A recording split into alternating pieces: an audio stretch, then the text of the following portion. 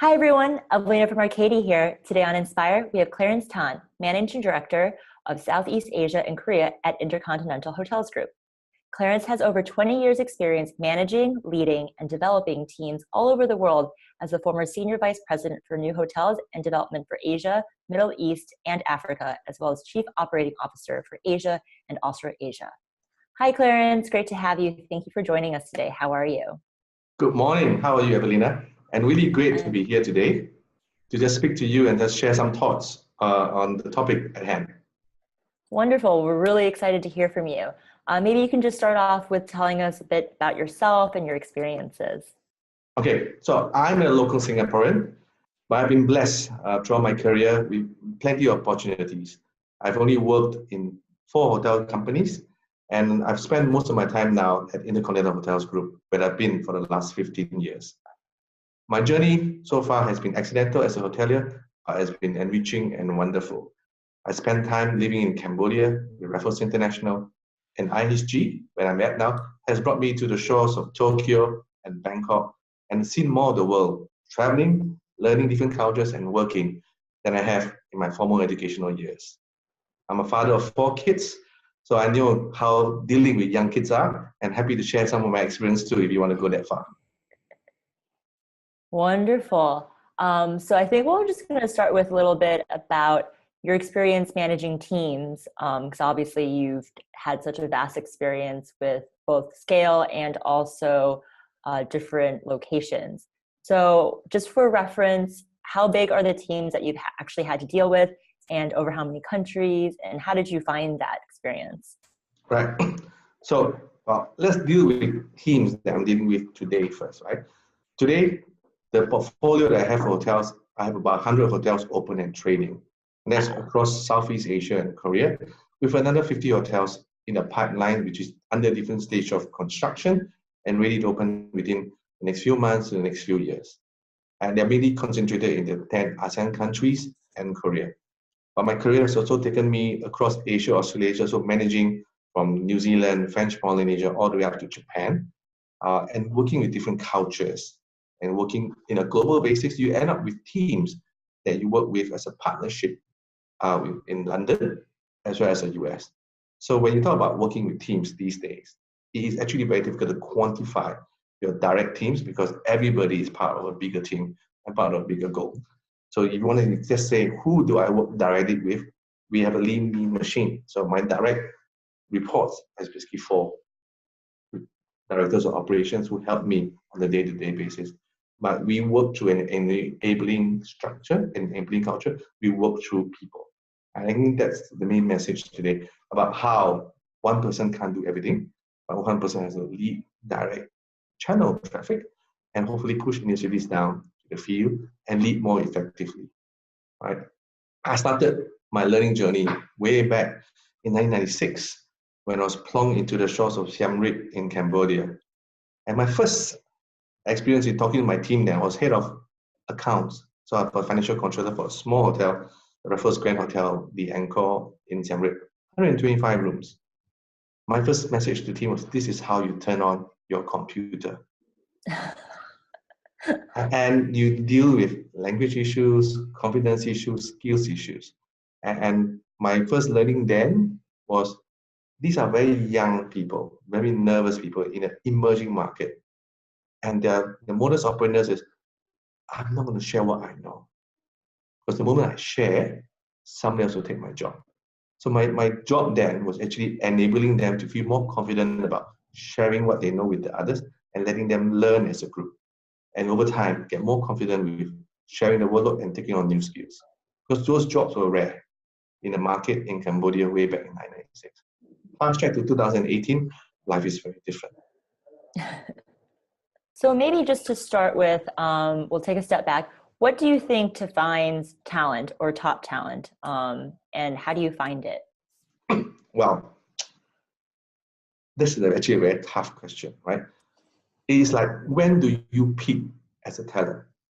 I would say, given a level playing field, everybody is a talent.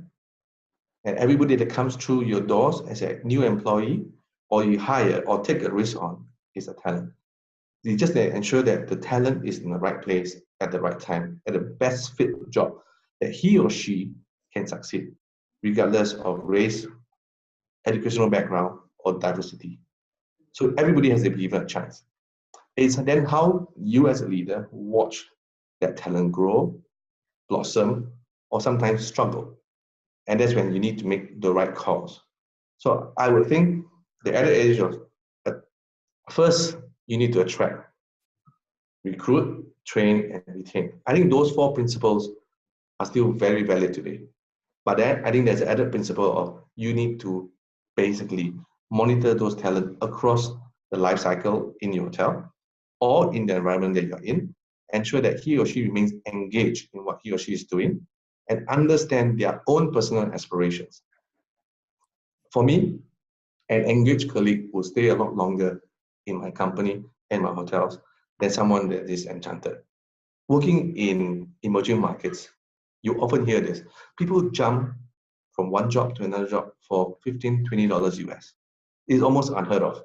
But the cost of recruiting a talent is a lot more than that. So I would advise everybody to invest in engaging your talent. And then you can hear from them what their aspirations are. And if you can have the capacity to match their aspirations to your needs, that's the best way of retaining top talent. Right? Now, look, not everybody will make it. Some of us will make mistakes.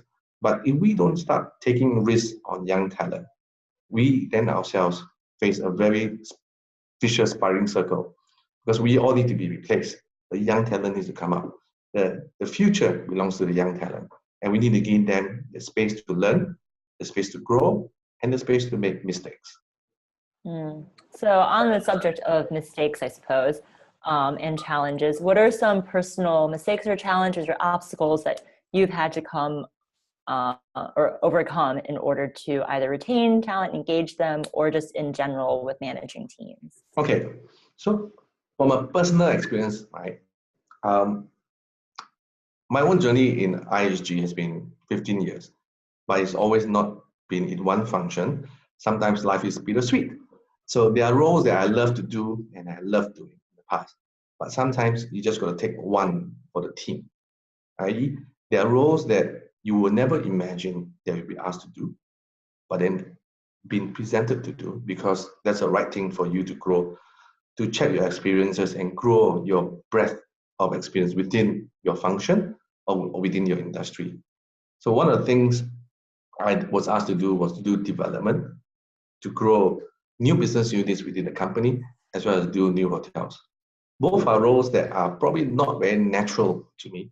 One is being a salesman, and the second was being a process-driven person, driving down templates and work processes and milestones. Those are, as you can hear, not very exciting roles. It's what you do and how you contribute to the greater good in those roles. So I'll advise you and the young people outside, there are sometimes the boss will spot you as a great top talent, but notices that you perhaps need certain new experiences in your life to make you a more all-rounded future leader. And that's where some of the risks that we as an employee will take and you as a talent will need to embrace to further your career.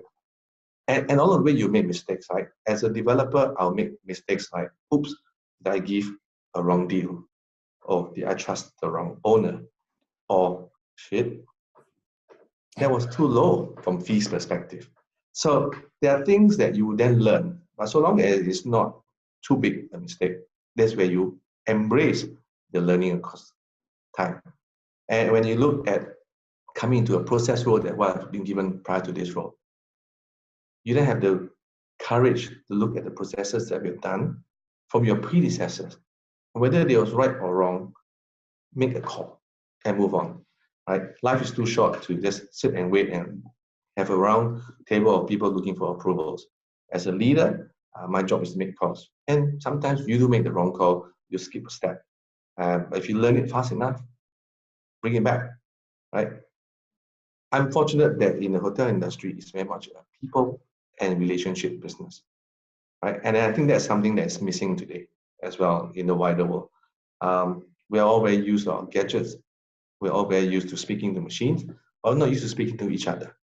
So that's something that I would really want to encourage people to do that. While you are a top talent, you are great at your job, you do need to spend some time engaging the wider team and the team around you. Very good advice. So on that topic, I know that a lot of people, I mean, even Arcadier here has, teams all around the world, and it is really hard to, you can't, it's not as easy as yelling across the office asking for help. You have to really, sit down and plan and time things. What's some advice you would have for people who are currently doing cross-country or multi-country teams and how to communicate well? What works for you? All right. I wouldn't say that I have the best solution, but this is what works for me, right? Communication today comes in many forms. Sometimes it's just remembering somebody's birthday and sending a short SMS, or going on Facebook and wish him or her happy birthday, right? So having that connection sometimes speaks louder than words. I do have regular catch-ups with the teams that don't work with me. So sometimes a short 15 minutes call, sometimes it's formal, sometimes it's the informal catch-up, all depending on what's the magnitude of the issues that they want to discuss with me. And these days, with social media, emails, SMSs, WhatsApp, Snapchat, there are many ways, right, of getting to an individual, right? And these days, all mobile devices have chat groups as well. So it's very easy for me to disseminate things that I want to talk about, share by chat groups. And the only caveat is, I think chat groups are for things that are very important. So I manage crisis through chat groups, but I manage communications through different media, right? Because it is very simple for me. When there's a volcano eruption in Bali, then a chat group is created for all my hotels in Bali. And everybody gets the same messages from me or actions to do from the same chat group. And people can upload on-time, real-time data, and I can put my spiel on it. And today with those devices, you can send a text, you can send a picture, you can put a recording of your own voice and place it there, right? So that everybody can hear from you. The other thing is to maintain visibility throughout, whether you're in a crisis or not. So you have to balance your informal communication with face-to-face visits, right? And face-to-face visits will not happen all the time. We all have crunches with overhead pressures and demands from the financial controller to meet our profit. So I think you need to learn how to manage your travel. But devices like this that we're having today, having real-time conversation face-to-face, you feel that you're no different. I mean, you're sitting in a different part of Singapore as I'm here, but the connection that we get is seamless. So I think people who are in the field value that. Okay, we often forget that life is actually quite lonely, sitting in a resort island in the Maldives, in Phuket, or up in a secondary city in Gwangju, in Korea. But having connections with them, even on a quarterly basis, right? It's a welcome breath of fresh air for them and for us, because we feel that we know them a lot better, we know their issues a lot better. And for me, especially when I meet with their owners, I'm actually quite abreast and current with the strengths, weaknesses, opportunities, and threats of the hotel. And then the owner will then feel more engaged with me. Right? So communication, different styles of communication, I would say these days for me, more formal. It is rare. I'm less formal. Okay? It's more informal than formal. And I guess for the millennials out there, the younger talent they're working with, they really don't like to sit in a room and listen to me talk for hours. They want to be in a cocktail environment, mingling with me and mingling with my leaders and understanding each other. And I think we have to embrace all different forms of connection and communication. The days that the classroom environment is over. And most of you, when you graduate, that's it. You don't want to be in a classroom environment. You can be there for 2 hours, max a week. Very true. I mean, it's definitely a growing trend that you see that people really care more about the people that they work with than just the company or just the job. It's much more of an encompassing environment. You mentioned, the importance of obviously finding talent and, whether it's through friend recommendations or through more traditional channels. What do you see happening now? What's your experience in finding that those top talents that actually do you retain, or the ones that you really impacted the team as a whole? Do you Okay. find that it is through regular channels, or it is best to leverage your network? Okay. I think it's because the hotel industry, speaking from the hotel industry perspective, it's a very much relationship and people-driven industry. You get a combination of both, but the percentages are changing. So you probably get about 5 to 8% recommendation to friends, colleagues, and industry friends. The bulk of it is through formal recruitment. And then the last bit is actually things that you take a risk on. People that you bring in through attachments from different industry, different mindset, overseas or otherwise, to kind of show up your mix of talent within the office, right? Having an all-encompassing local environment is great, but it may not be necessarily helpful for the company to blossom and grow. So I do embrace the current trend of foreign talent coming into the mix and basically giving everybody different experiences and opportunities as well. That's wonderful. I mean, yeah, for sure, because like right now the world is just becoming much smaller, so it is much easier to attract different types of talents from different industries, from different countries. And my plea out there is do also offer local Singaporeans an opportunity to take certain roles in your company. The economy is strong, but we do need to hire for the future, right? There are internships that you can run within your management training program that you can take certain risks on local individuals from Institute of Higher Learning within the shores of Singapore and help them grow their careers. That's also a very good point. I mean, I think that a lot of people, you're always very worried when you hire new talent. You know, you want to make sure that you're hiring the right, perfect person for it, but often that's not the case. So on the subject of, you know, trying out interns or, you know, being able to take risks, how do you manage somebody who, you know, you see is doing well, but you might think that fits into a different role, and how do you transition or try out different people for different roles that might suit them? Okay, so I have been an intern myself. In the days that I was a lot younger and was intern, I was the person to get things done. You do photocopying, you do cut and pasting, you do anything but real work, right?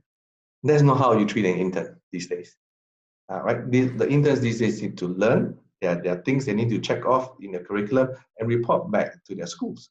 So you need to then engage your interns. Okay, what are your deliverables here? And how can you do that within the space of time that you're in? And if we have additional time, what else he or she would learn or you want to impart and then learn in return. So I think these days, the internship programs are as rewarding for the intern as it is for the company, right? If you're hiring an intern just to staple stuff, file, clean your warehouse, then don't. Because I think you're doing yourself and them a disservice. And then guess what? When the intern goes through the experience, then they will not think highly of the industry or the company that you're in, because you're not hiring me for the right use. So interns today are all very engaging, all very hungry to learn, and hopefully a lot hungry to learn overseas as well in Singapore. Right? So you need to find the right environment to engage them. What I also thought and learned is don't just hire one intern if you can, because it's very lonely being the only intern in the whole company. Hire, because then everybody will be focusing on that intern, right? Hire a group of interns from different schools, different backgrounds, and then have them rotated within your company so they can share their experiences and you get the right feedback as a leader of what worked for them and what didn't. Today, in most environments, we're all working with young people. So you need to have like-minded people working in the same cluster to enable the best out of the work teams that you are leading. Yeah, I definitely think that interns are, I mean, Arcadia loves their interns. We rely heavily on them and their new knowledge and everything. People kind of forget that, you know, interns will soon eventually be the leaders. And exactly. Yeah. it's very much worth investing. No, there's this saying, right, and this resonated with me. This comes from a legendary hotelier in Singapore. Her name is Jenny Chuan, right? She used to run Raffles Hotel and then went on to become CEO of Raffles. You hire people to make you look good. Don't hire people to get shit done, right? So these are the talent that you embrace because they will soon, one day, to your point, Lena, become your boss or leaders of other industries. And they look back and say how you individually have contributed to their success, to where they are today, or how do you treat them when they were here and how do you feel about it now? Yeah, very, very good point. So interns, top talent, going back to top talent a bit, because we've been bouncing around a little bit. What do you think is the hardest part about finding talent and retaining it? The workforce today, the available workforce today within this, that's the confines of Singapore, they are very, I would say, opinionated about what industry they will join, very fixated in certain things. They are not as willing to try new experiences than what they qualified for. Okay, but as you see the trend within Singapore and outside is, I guess when you graduate, it's your ticket to stop school and experience new adventures and experience. And with Skills Future in Singapore and what we're doing with the government of Singapore is education and learning is a lifelong journey. You got to continue to upskill yourself along the way and take different experiences. Measure number one. Measure number two, you in the school environment is very safe. It's a safe construct, and there are basically test cases and case studies that are within confined walls. Once you step to the real world, everything is a variable. Everything changes. And guess what?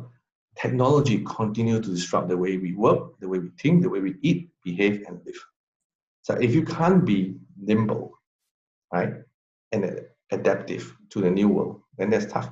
So what we are looking for from a hiring perspective in a round sort of way is you're looking for people who are adaptable and agile, who can think differently, think on the spot, and communicate effectively. Let me know your thoughts, what works, what doesn't. If you come up with a master's degree and you can't communicate your thoughts, I can't really hire you, except for what you can do at the back end, doing strategy work, platform stuff, process. But today, if you want to be a leader, you have to be out there. You have to out engaging people, talking straight, be authentic, and be agile at the same time, embracing new talent, new technology, and diversity. So you're looking for people of those caliber or have semblance of those caliber that we can groom, nurture to be future leaders. Mm. Yeah, I think that, I mean, I know that you are focusing on Singapore, but I think that it's very applicable to everybody around the world and it's very global. Well, yeah. In the sense that, as a company, if you're small, it doesn't really matter, even though IHG is huge, like in the end, you want to show that whoever you're bringing on board that, you are hired for this job, but that there's always room to grow.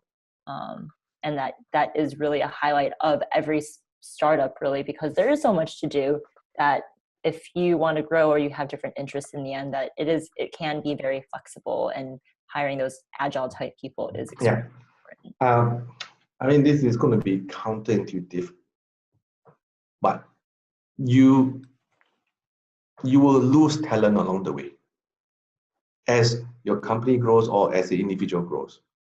The needs either from the company or the individual will change, right? But the important thing is to ensure that the experience and the journey that they had while they are with you has been positive. So they may go and do something else, but they will always think positively for you. And guess what? They do come back in the future and they do become more senior within the company. So life sometimes is about getting experiences and allowing the talent to go somewhere else and learn new experiences to become better professionals to come back to your company. So the days that I think that you have long tenure like me in 15 years in the company are going to be very short and few. But it's something that you're going to embrace. It's for sure. I mean, I think that the workforce is definitely changing right now, and the way that we view work is definitely changing. And I mean, everyone always talks about millennials bouncing around from job to job. But it is interesting that there is also a sense of loyalty as well, because I do think that if you whenever somebody finds something that they really love in a company that really speaks to their cause or what they're about, then you're much more inclined to stay as you have for 15 years. I mean, I highly doubt that you would have been here for so long if you didn't have those opportunities to grow and try out different things. Exactly. Yeah. Yeah. Oh, passion can only take you so far. Very, very true. So to wrap up, what's one piece of advice that you'd like to give to everyone today? Whether it's about talent or management or leadership or just life in general. Yeah. Look, life is a journey.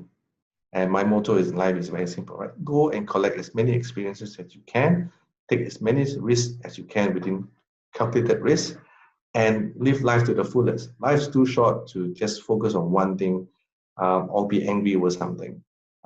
Our life as a global citizen today is about collecting as many experiences as we can. There are some things that you love to do that you can do, some things that you don't like to do that you'll be asked to do. Take everything on board and be true to yourself.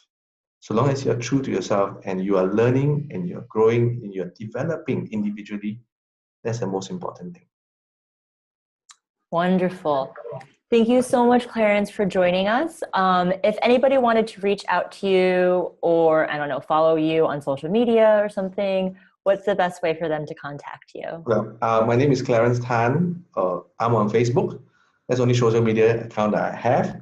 Or you can email me at clarence.amelia, that's my wife's name, @gmail.com. Oh, wonderful. Well, again, thank you so much for joining us today. Thank you everyone for tuning in and listening on today's session of Inspire. Until next time, be inspired. Thank you.